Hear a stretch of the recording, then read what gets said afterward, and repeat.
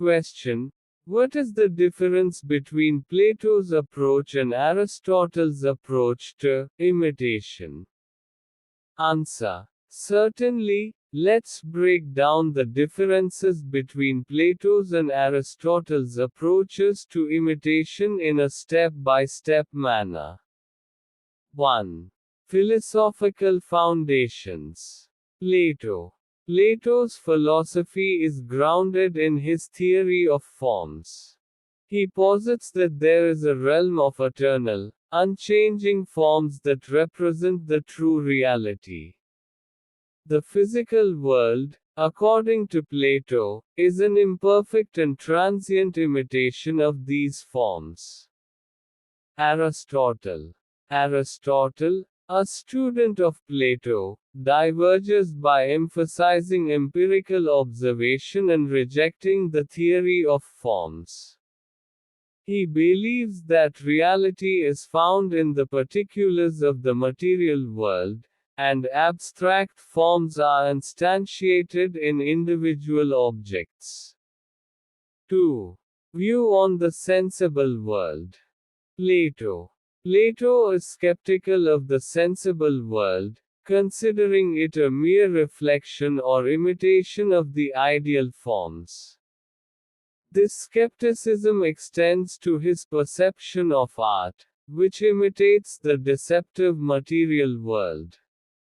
Aristotle has a more positive view of the sensible world, emphasizing the importance of empirical observation.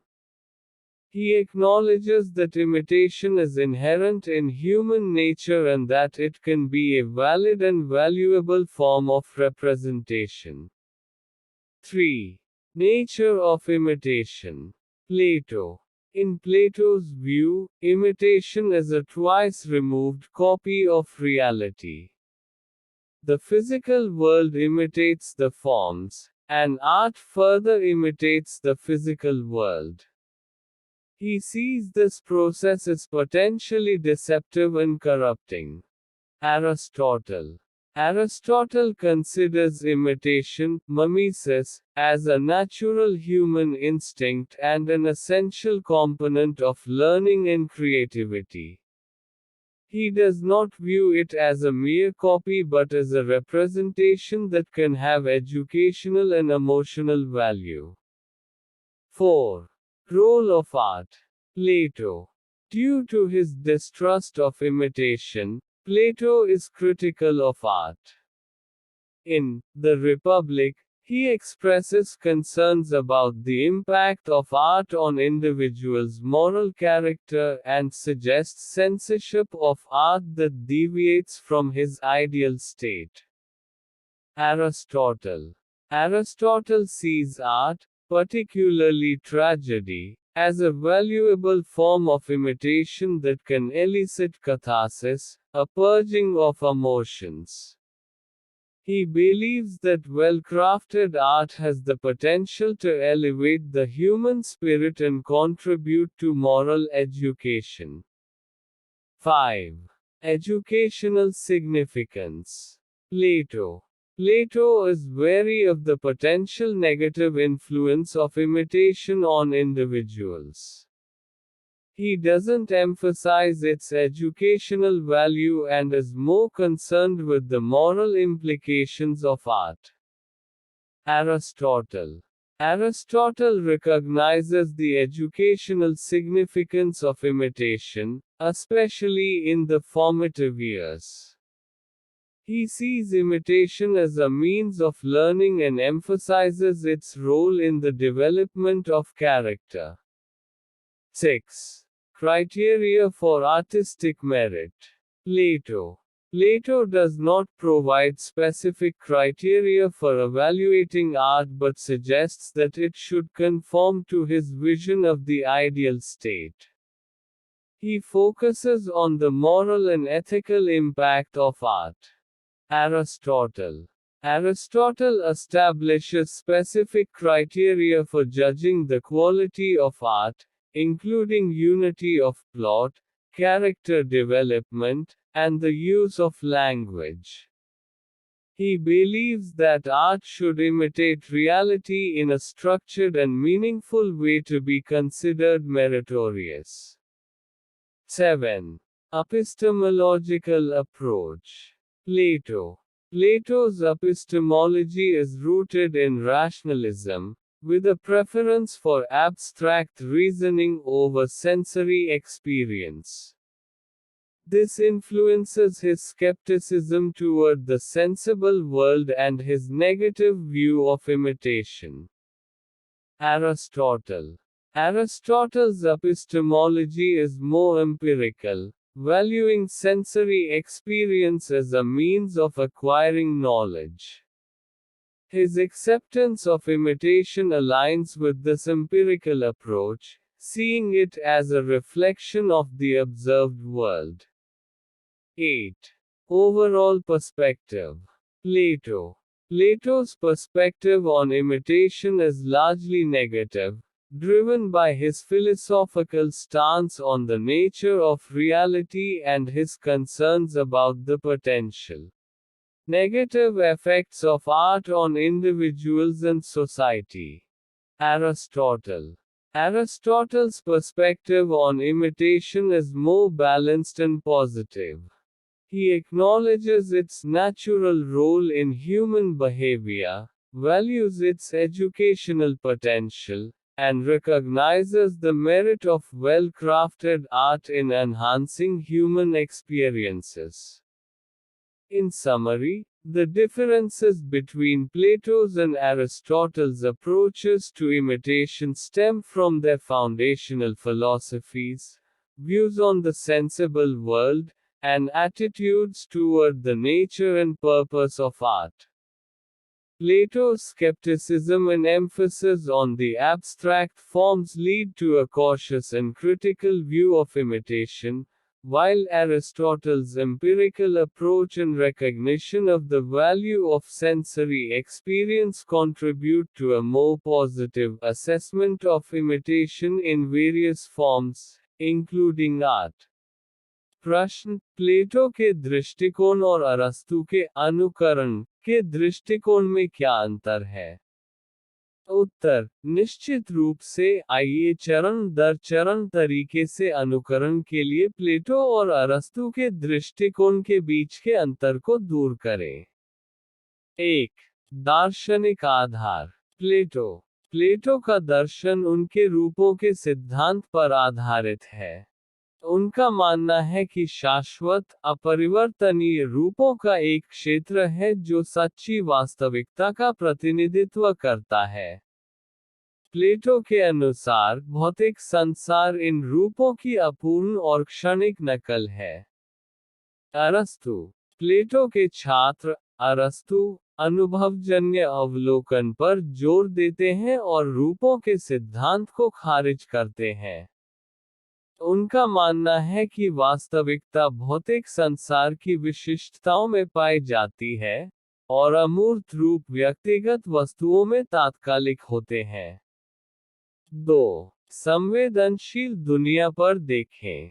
प्लेटो को समझदार दुनिया पर संदेह है, वह इसे केवल आदर्श रूपों का प्रतिबिंब या नकल मानता है। ये संशयवाद कला के बारे में उनकी धारणा तक फैला हुआ है, जो भ्रामक भौतिक संसार का अनुकरण करता है। अरस्तु। अनुभवजन्य अवलोकन के महत्व पर जोर देते हुए, अरस्तु का समझदार दुनिया के बारे में अधिक सकारात्मक दृष्टिकोण है। वह स्वीकार करते हैं कि नकल मानव स्वभाव में अंतर्निहित है और यह प्रतिनिधित्व का एक वैध और मूल्यवान रूप हो सकता है। 3.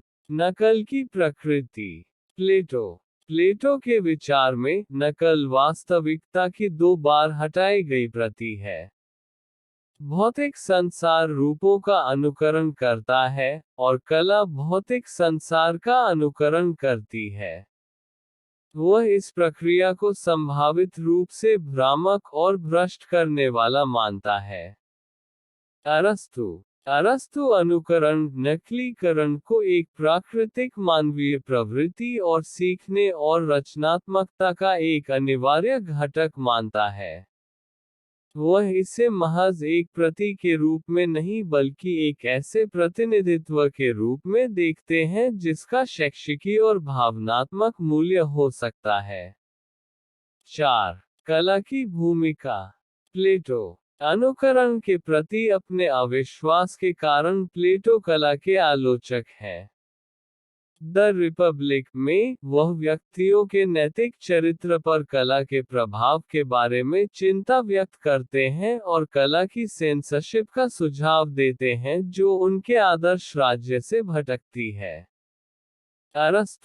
अरस्तु कला को, विशेष रूप से त्रासदी को, नकल के एक मूल्यवान रूप के रूप में देखता है जो कैथार्सिस भावनाओं का शुद्धिकरण उत्पन्न कर सकता है।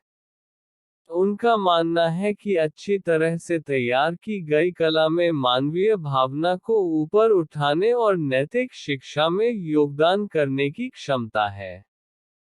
5. शैक्षिकी महत्व। प्लेटो व्यक्तियों पर नकल के संभावित नकारात्मक प्रभाव से सावधान है। वह इसके शैक्षिकी मूल्य पर जोर नहीं देता है और कला के नैतिक निहितार्थों से अधिक चिंतित है। अरस्तु नकल के शैक्षिकी महत्व को पहचानता है, विशेषकर प्रारंभिक वर्षों में। वह नकल को सीखने के साधन के रूप में देखते हैं और चरित्र के विकास में इसकी भूमिका पर जोर देते हैं। 6. कलात्मक योग्यता के लिए मानदंड।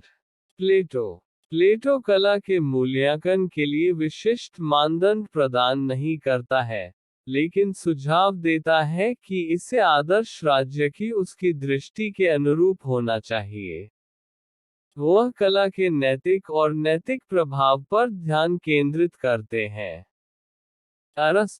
अरस्तु कला की गुणवत्ता को आंकने के लिए विशिष्ट मानदंड स्थापित करता है, जिसमें कथानक की एकता, चरित्र विकास और भाषा का उपयोग शामिल है।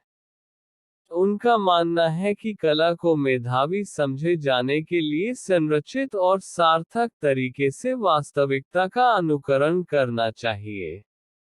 7. ज्ञानमीमांसीय दृष्टिकोण।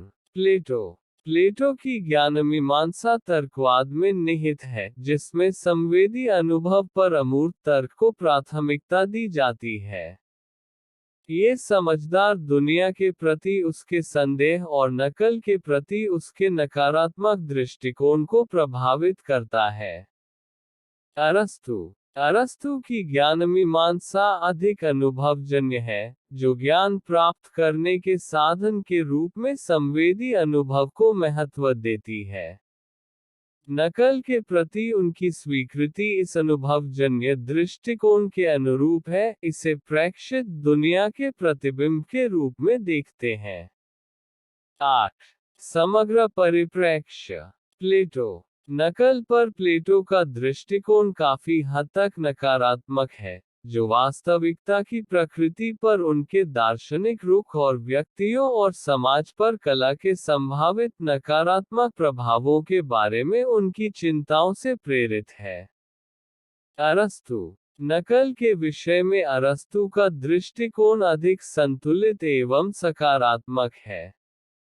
वह मानव व्यवहार में इसकी प्राकृतिक भूमिका को स्वीकार करते हैं, इसकी शैक्षिकी क्षमता को महत्व देते हैं, और मानव अनुभवों को बढ़ाने में अच्छी तरह से तैयार की गई कला की योग्यता को पहचानते हैं। संक्षेप में, नकल के प्रति प्लेटो और अरस्तु के दृष्टिकोण के बीच अंतर उनके मूलभूत दर्शन, समझदार दुनिया पर विचार और कला की प्रकृति और उद्देश्य के प्रति दृष्टिकोण से उत्पन्न होता है। प्लेटो का संदेह और अमूर्त रूपों पर जोर नकल के प्रति सतर्क और आलोचनात्मक दृष्टिकोण को जन्म देता है, जबकि अरस्तु का अनुभवजन्य दृष्टिकोण और संवेदी अनुभव के मूल्य की मान्यता कला सहित विभिन्न रूपों में नकल के अधिक सकारात्मक मूल्यांकन में योगदान करती है।